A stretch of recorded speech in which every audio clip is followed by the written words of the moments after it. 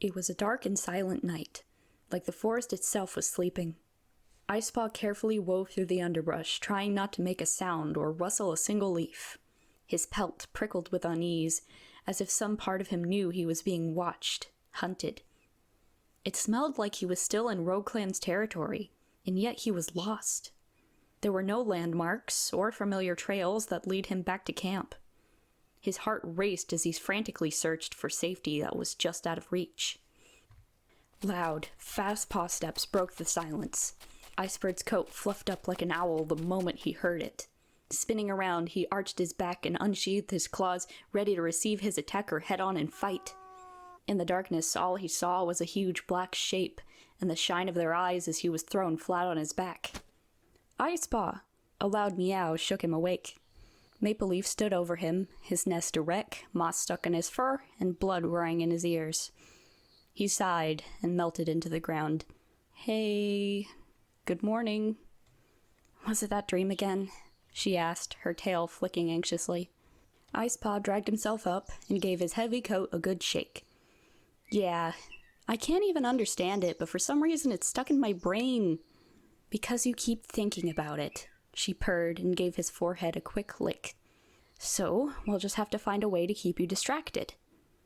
Icepaw perked up, excited to see what his mentor might have in store for him. The two padded out of the apprentice den and headed towards the other side of camp. Lynxclaw was chatting with the young deputy, already bright-eyed and bushy-tailed. Weaselnose quietly sat nearby, while Shadestar was lying near the medicine den with Mottletuft hovering over her.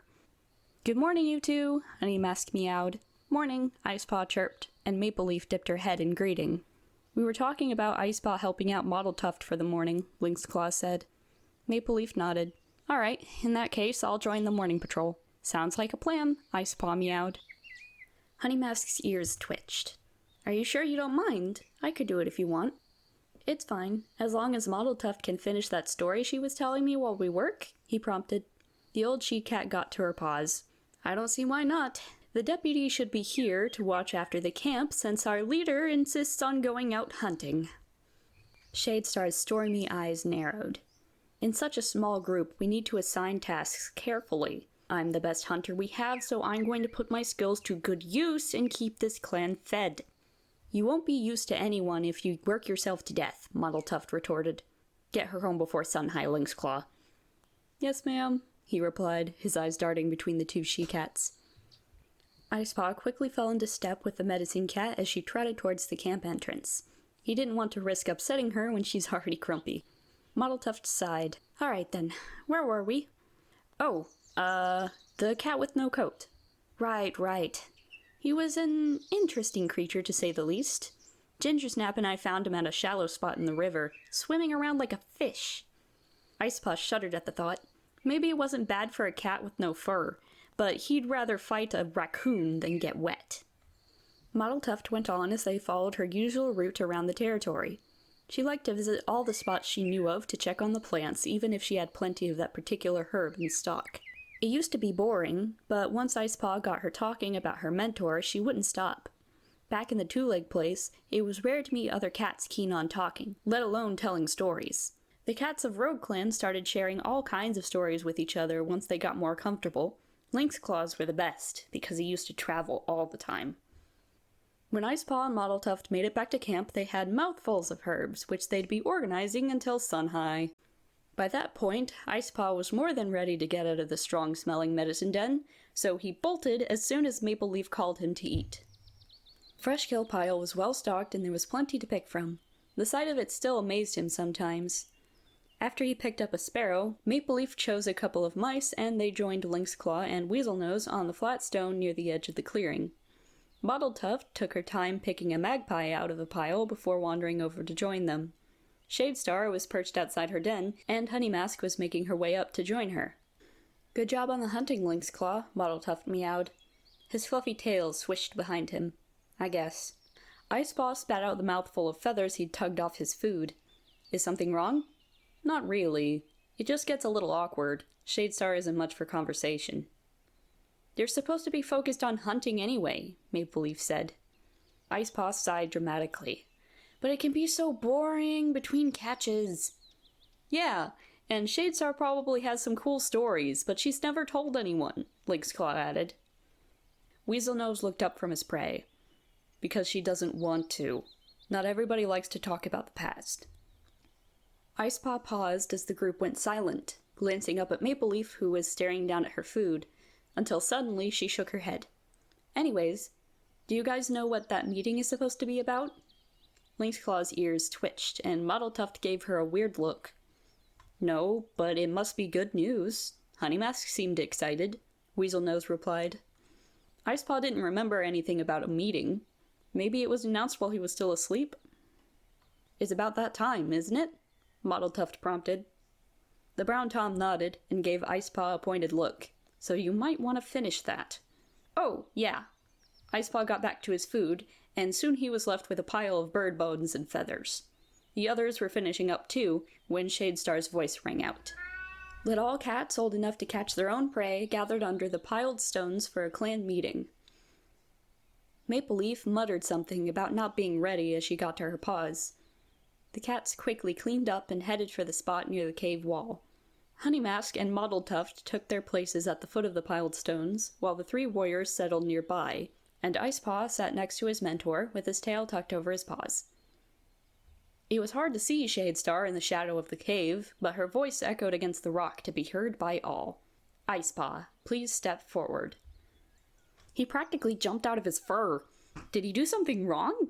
His clanmates didn't seem bothered.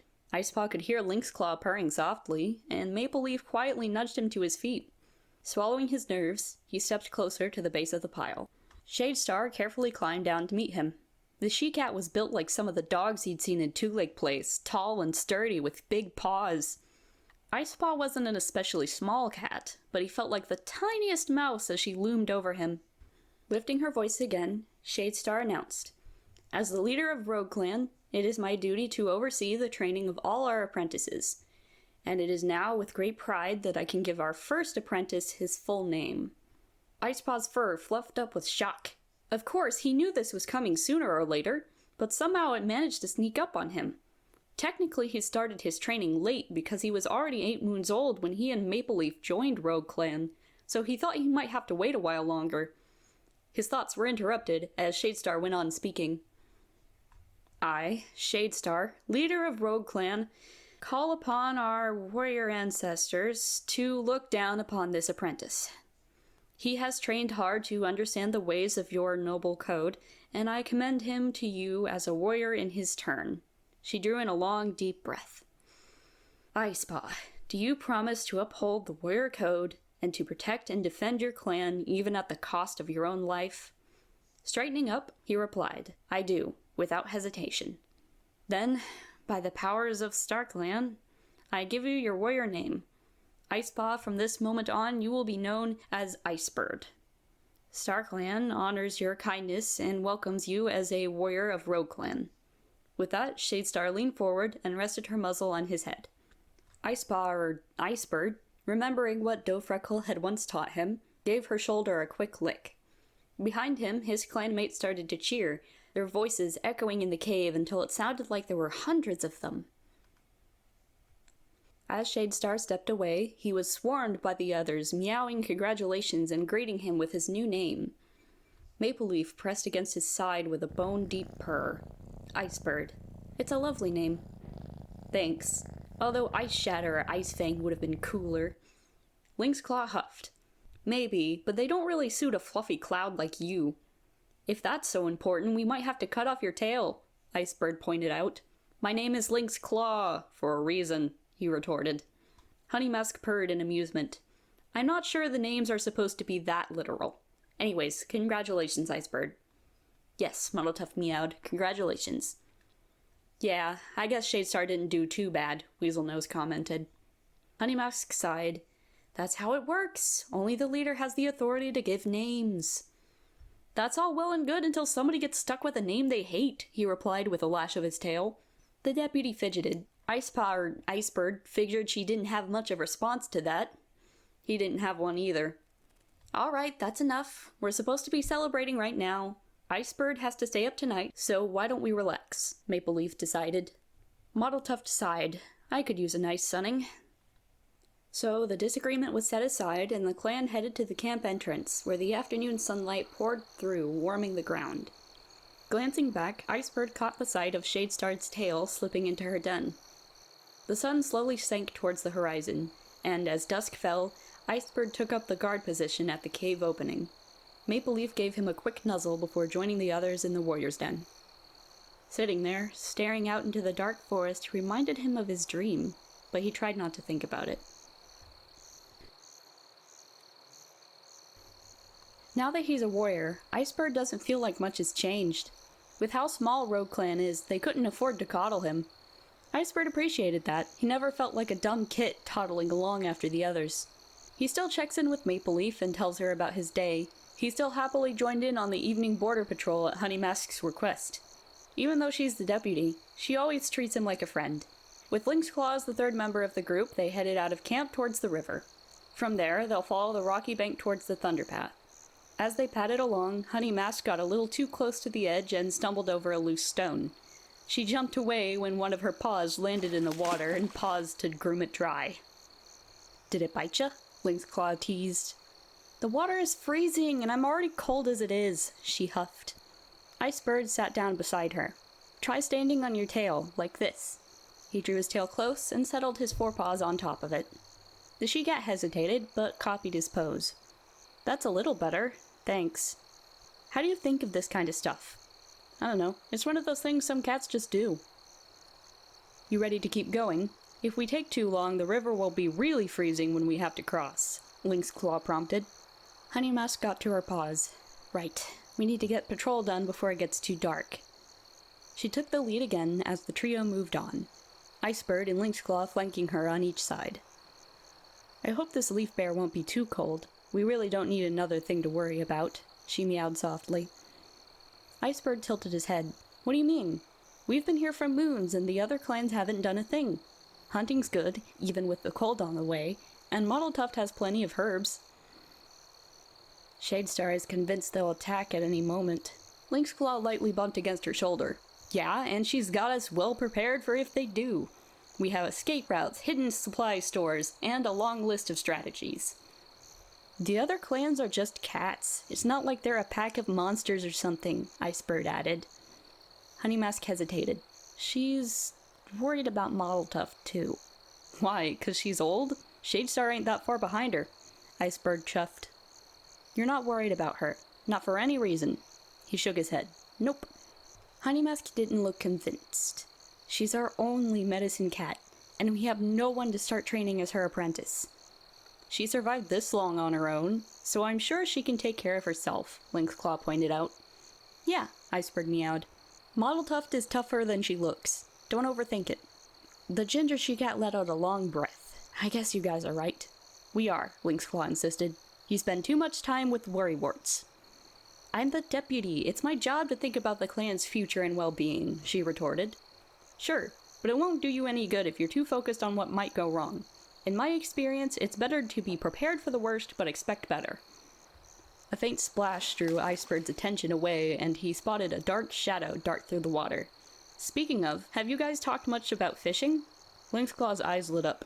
"Yeah, there'll be plenty of fish in the river, even in Leaf Bear." "Weren't we just talking about this? We'll catch our deaths of cold."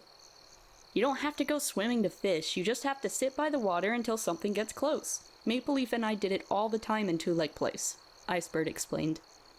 Honeymask flattened her ears. "I guess that could work, but I'm still not too sure about doing it myself." "Really, it's not that difficult. I'll show you," he replied, padding further up the bank with his nose to the ground. The water masks the scents of nearby fish, but if you pay close attention, you can pick them out.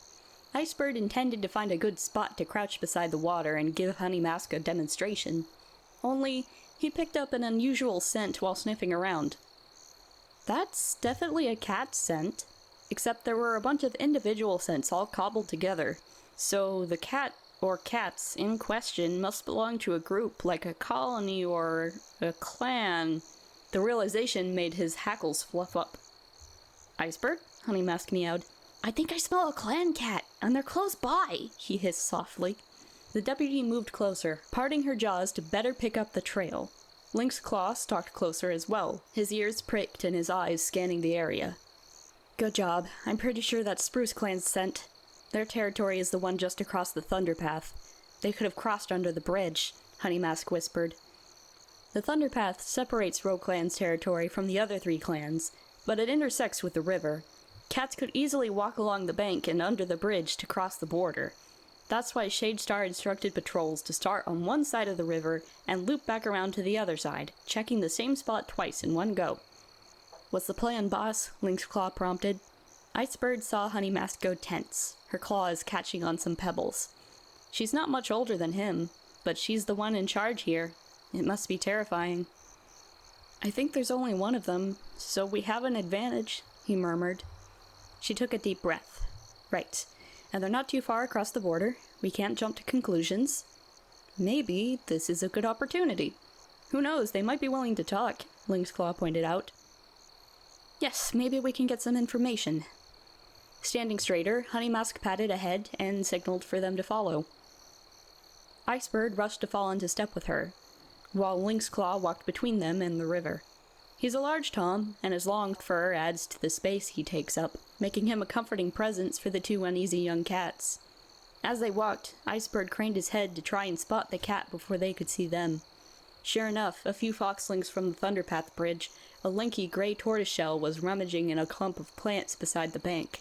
It didn't look like she was hunting, and no way was she tampering with the border markers, so what is she up to? Icebird exchanged a glance with Honeymask, who looked just as confused. At least it eased some of the tensions among the patrol. Do you think she's looking for something? Herbs, maybe? He whispered. That could be it, she replied. I'll try talking to her. Icebird's paws carried him forward. Hang on, let me go first. It'll give you guys an opening to surprise her. Sounds like a solid strategy, Lynxclaw meowed. It's a fake-out. Make her think there's only one inexperienced-looking cat to worry about, then we can ambush her if she attacks. Honeymask hesitated for a moment. Okay, but be careful. That was the plan, Icebird replied, and slunk ahead. The rest of the patrol silently moved up the steep slope to hide in the undergrowth. The trespasser was pretty absorbed in whatever she was doing and didn't seem to notice them. She didn't even look up as Icebird cautiously approached. He had confronted loners who'd wandered into the territory before and watched Mapleleaf handle disputes in Two-Leg Place, so he'll be fine, even if this is a born-and-bred clan cat. Staying low to the ground, Icebird paused a safe distance and called out, "Hey, what are you doing?" The she-cat practically jumped out of her fur and spun around, ears pinned and a hiss slipping out. Icebird arched his back and flipped up his coat, answering back as fiercely as he could. She growled lowly, but didn't move to strike. Her hazel eyes seemed to be studying him, her pupils blown wide. Hoping to de-escalate, Icebird spoke. "You lost?" "Not quite," she replied. "And you?" "Far from it." For some reason, that made her relax just a bit. "You're one of the cats that set up over here?" "That's right. We don't want trouble, so as long as you don't bother us, we won't bother you," he replied, flattening his fur. "My clan doesn't mind you. After all, you managed to claim and defend a decent territory with only a few cats, so you must be strong enough," she replied. Icebird tilted his head. "That's what matters to you?" "To SpruceClan," she reiterated. "The other clans have their own opinions. You were smart to keep away from their lands." "How many of you are there anyway? What's your name?" He hesitated, unsure if it was his place to answer those questions. While he was thinking, the undergrowth nearby rustled, and the rest of the patrol stepped out. Honeymask must have decided that there wasn't going to be any fighting. "We are RogueClan, and I'm Honeymask, the deputy. This is Lynxclaw, and you've already met our newest warrior, Icebird." She spoke as if her words had their own gravity. Her posture, head and tail held high, and walking with deliberate, even strides transformed her. Icebird realized she was mirroring Shadestar, and it worked. The uneasy she-cat from moments ago had disappeared without a trace. Way to go, Honeymask! The she-cat stood up straight and dipped her head. "My name is Blossom Petal. I became a warrior of SpruceClan about 2 moons ago." "So we're about the same age. I just got my name earlier this moon," Icebird blurted. Blossom Petal purred. "I'm curious to know about your training. Now that I think about it, you guys seem to know a lot about clan life despite being rogues." "Our founder was a clan cat. She taught us about the warrior code and the basics of clan tradition before she died last Leaf Bear," Honeymask explained. So there's someone up in Silverpelt looking out for you. You really have a claim to the clan title then, she mused. To be honest, we were expecting hostility from the other clans. It's good to know that at least one of them doesn't have it in for us, Honeymask replied sheepishly. Blossom Petal lashed her tail. The other two can be completely shameless. Which brings me to why I'm here. Have you seen a queen about, white, with a brown tail and ears, due to kit any day?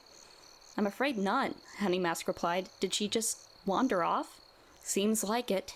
She's been acting weird for a while and going off on her own. Some queens need space, but no one's seen her since Sunhigh. We haven't had any luck tracking her scent either, she explained. We're about to start patrolling our borders, so if you're open to meeting us here later, we can let you know if we find anything, Honeymask ventured. Blossom Petal blinked, then slowly relaxed. Thank you, that's very kind. I'm going to check in with the search party. I can be back here around dusk? Perfect, the deputy purred. I'm sure I can think of some way to thank... Don't worry about it, Honeymask interrupted. Meeting you has assured me that our closest neighbors are trustworthy. Now our clan can sleep easier, and that's more than enough. Blossom Petal dipped her head. In that case, I'll see you again later.